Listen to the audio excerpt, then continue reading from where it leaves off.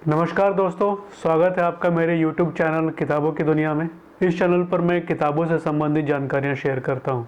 अगर आप इस चैनल को पहली बार देख रहे हैं तो सब्सक्राइब ज़रूर कीजिए और पसंद आए तो अपने दोस्तों और रिश्तेदार के साथ शेयर भी ज़रूर कीजिएगा। और वीडियो को आप पूरी तरह से देखिएगा, अंत तक देखिएगा, ताकि आपको जिस किताब के बारे में आपको जानकारी दे रहा हूँ वो आपको जानकारी पूरी तरह से मिले और फिर आप उस पर एक फ़ैसला ले सकें कि आपको किताब पढ़नी है, नहीं पढ़नी है, आपको अच्छी लग रही है। तो वीडियो को अंत तक ज़रूर देखिएगा। तो आइए शुरू करते हैं आज की किताब की चर्चा। आज के वीडियो में मैं जिस किताब की चर्चा करने वाला हूँ वो है संस्कृत का एक महाकाव्य रघुवंश, जिसे लिखा था कालिदास ने। इस किताब में भगवान श्री रामचंद्र की जो वंश थी, उनकी जो वंशावली थी, उसके बारे में इसका वर्णन है। श्री राम के बारे में जो कथा है वो तो हमें कई रूपों में पढ़ने और सुनने को मिलती है, लेकिन इस किताब में उनकी वंश रघुवंश नाम, जो रघुवंश कुल ने जो ख्याति प्राप्त की थी, वो ख्याति, उसके पीछे क्या कारण था, उसके कौन से लोग, उनके पूर्वजों ने क्या अपनी उनकी क्या योग्यता थी, उनका क्या प्रताप था, इसके बारे में आपको जानकारी इस किताब में ज़रूर मिलेगी। वैसे तो ये किताब संस्कृत में है, पर मैंने इसका हिंदी रूपांतर पढ़ा है और इस रूपांतर को इसे रूपांतरित किया है, जो कॉपी मेरे पास है वो है इंद्र विद्या वाचस्पति जी ने, और ये प्रकाशित हुआ है राजपाल प्रकाशन के द्वारा। इंद्र विद्या वाचस्पति जी कहते हैं कि यह तो ना तो उस महाकाव्य का शब्दानुवाद है और ना ही भावानुवाद है। उनकी कोशिश यही है कि उस रघुवंश महाकाव्य को, उसके भाव को वो किस तरह से सरल लोक भाषा में प्रस्तुत कर सकें। एक तरफ जहाँ कालिदास ने राजा दिलीप के तपस्या, रघु की प्रताप और श्री राम के अलौकिक व्यक्तित्व का बहुत ही खूबसूरती से, सुंदरता से वर्णन करते हैं, वहीं पर दूसरी तरफ वो बड़ी बेबाकी के साथ उनके बाद के उत्तराधिकारियों की निर्बलता का भी वर्णन करते हैं।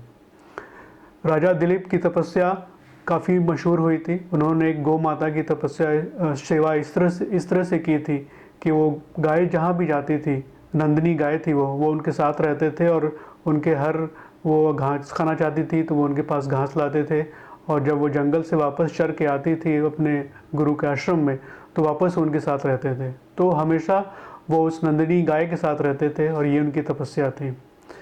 उनके प्रताप को और भी बढ़ाया था उनके पुत्र रघु ने। रघु के बारे में ये कहते हैं कालिदास, और उसमें रघुवंश किताब में उसका वर्णन भी है कि उन्होंने अपने पिता के 100 यज्ञों को, अश्वमेध यज्ञों को पूरा करने के लिए 100वें यज्ञ के लिए इंद्र से भी लड़ाई की थी। तो और उन्होंने जब राजपाट संभाला था तो उन्होंने पूरे धरती को जीत लिया था और उसके बाद उसका दान कर दिया था। तो ये था रघु का प्रताप, और उन्हीं के नाम पर रघुवंश भी पड़ा था। उसके बाद जो उनके पुत्र हुए अज, और अज के पुत्र हुए दशरथ, उनका भी प्रताप फैलता चला गया था। और उसके बाद से श्री राम के व्यक्तित्व से रघुवंश का प्रताप, रघुवंश कुल का प्रताप चारों दिशाओं में फैल चुका था। लेकिन श्री राम के बाद जो राज्य था, रघुवंश का राज्य था, वो उनके भाइयों और उनके पुत्रों के पास चला गया था।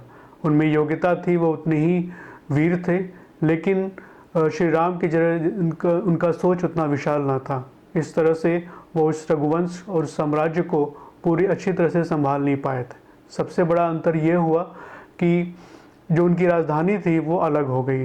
वो जहाँ एक जगह एक राजधानी थी अयोध्या, वो रघुवंश का केंद्र अलग अलग दिशाओं में फैल गया था, और इसकी वजह से रघुवंश का पतन भी होना शुरू हो गया था। इसके बारे में एक जगह ये भी वर्णन आता है कि किस तरह से अयोध्या देवी कुश के स्वप्न में आती हैं और उसे अपने व्यथा बताती हैं।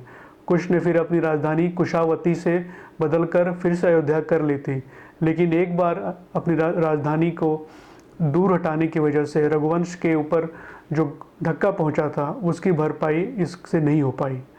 धीरे धीरे इसमें यही बताया गया है कि किस तरह से बाद के उत्तराधिकारियों में उतना सेवा भाव नहीं था जितना पहले के पूर्वजों में था, रघुवंश के पूर्वजों में था। सबसे अंत में बताते हैं अग्निवर्ण के बारे में, जो योग्य तो था लेकिन धीरे धीरे वो विलासिता में डूबता चला गया और इस तरह से रघुवंश का पतन होता चला गया। तो एक बहुत बड़ी सीख भी मिलती है हमें इससे कि भले ही हमारे पूर्वज कितनी ही बड़ी धरोहर हमारे पास देकर जाएं, लेकिन अगर हम अपनी कर्मठता से उसे अगर नहीं संभालेंगे तो उसका पतन होना निश्चित है। तो यह किताब आप भी ज़रूर पढ़िए, और आप बताइए कि कैसी लगी आपको किताब, और यह समीक्षा आपको कैसी लगी इसके बारे में भी आप ज़रूर बताइए, और नीचे कमेंट बॉक्स में ज़रूर लिखिएगा अपनी राय क्या है आपकी। और मैं फिर मिलूँगा आपसे एक नए वीडियो में एक नई किताब की चर्चा के साथ। तब तक के लिए लाइफ एंजॉय करिए और मस्त रहिए। Bye bye.